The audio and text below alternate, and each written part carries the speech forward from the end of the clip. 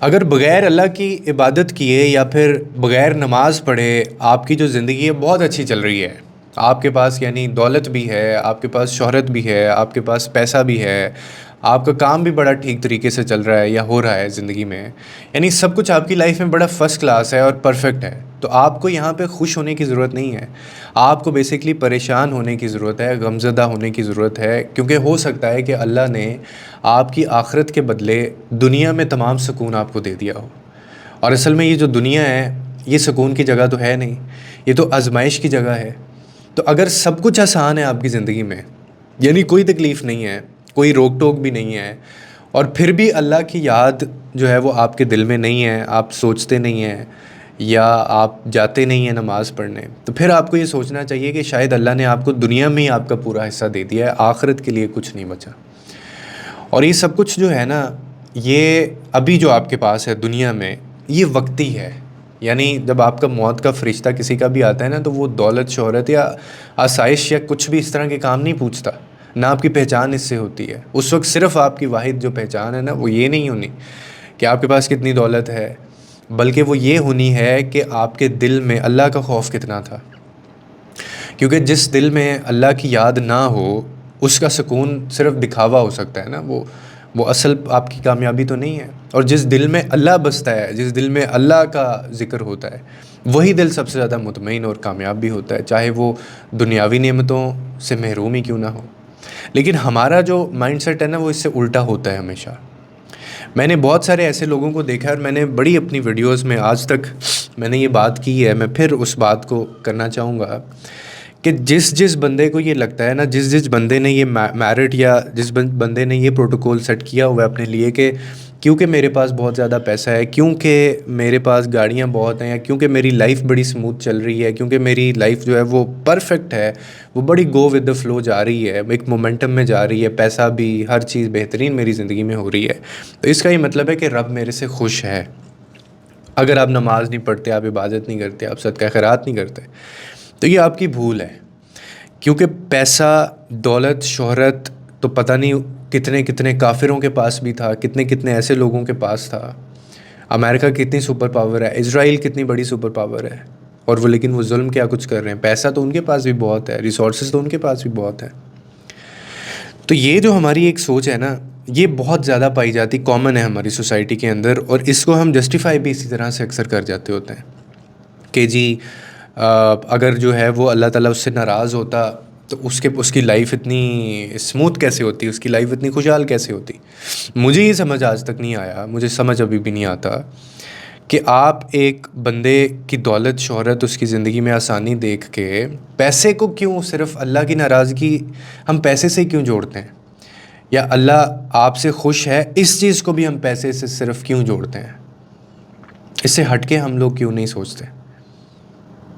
بہت سارے ایسے لوگ ہیں جن کے پاس پیسہ نہیں ہے لیکن وہ بڑے مطمئن نظر آتے ہیں، یا وہ اپنی زندگی میں بڑی اچھی گزار رہے ہوتے ہیں، زندگی سکون والی ہوتی ہے ان کی۔ تو آخر والے دنوں میں ابھی ریسنٹلی آپ کو یاد ہوگا کہ تیفی بٹ جو ہے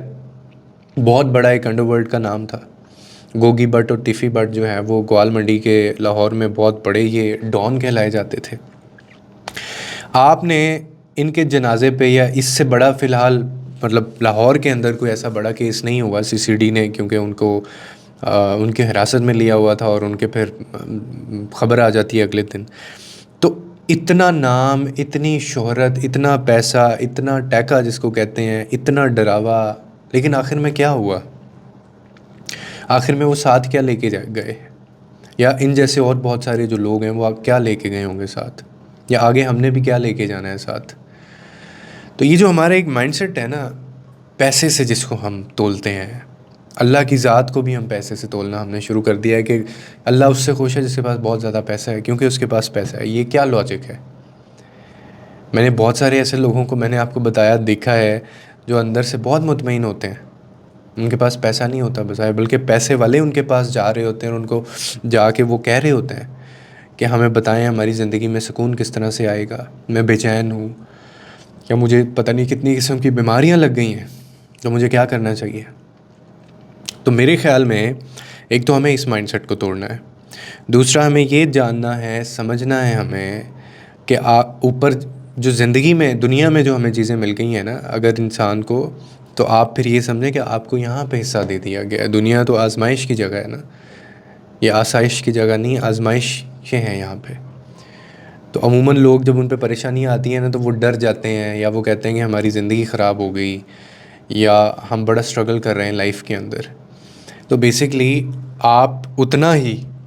سرخرو بھی ہو رہے ہوتے ہیں. آپ امیجن کیجئے ایک ایسا بندہ جس کی زندگی میں تکلیف ہے ہی نہیں ہے، جس نے چکھا ہی نہیں ہے کہ تکلیف اصل میں ہوتی کیا ہے، جو پاس سے بھی نہیں گزرا. یعنی وہ زندگی میں اس میں نہ کوئی اونچ نیچ آئی، بس اس کی لائف شروع سے سموتھ چل رہی ہے. اونچ نیچ اس کی زندگی میں اس چیز کا تو نام و نشان ہی نہیں ہے. ایسی بندے کی کیا کچھ زندگی ہے؟ کیا اس نے زندگی میں کچھ سیکھا؟ کیونکہ وہ تو اپنے ایک اسی سفر پہ جا رہا ہے. تو اسی لیے وہ لوگ جو یہ سمجھتے ہیں کہ پیسہ ہونا یا بہت زیادہ رزق کا ہونا یا زندگی بہت زیادہ خوشحال ہونا، that is the ultimate sign کہ اللہ آپ سے بہت خوش ہے. So that's wrong. یہ غلط ہے، یہ غلط ہے. اور اس کا اس چیز سے کوئی تعلق نہیں ہے، اس کا اس سچائی سے بھی کوئی تعلق نہیں ہے کہ آپ اگر یہ کہیں کہ اللہ کیونکہ مجھ سے بہت زیادہ خوش ہے، کہ وہ تو پتہ نہیں کتنے لوگوں کو پیسہ دیتا ہے، اور وہ ہمیں خیرات صدقہ خیرات کر کے بھی ہم کئی دفعہ بڑا اوپر بن ٹھن کے ہم نے اتنا لوگوں کا کیا ہے. وہ آپ نے نہیں کیا، وہ اللہ ہی کروا رہا ہے. آپ اللہ کے دیے ہوئے میں سے ہی لوگوں کو دیتے ہیں، ہمارا اپنا کچھ نہیں ہوتا. امید کرتا ہوں اس ویڈیو سے کوئی نہ کوئی آپ کو انڈرسٹینڈنگ ملی ہوگی. لوگوں کے لیے آسانیاں پیدا کریں، رب آپ کے لیے آسانیاں پیدا کرے گا.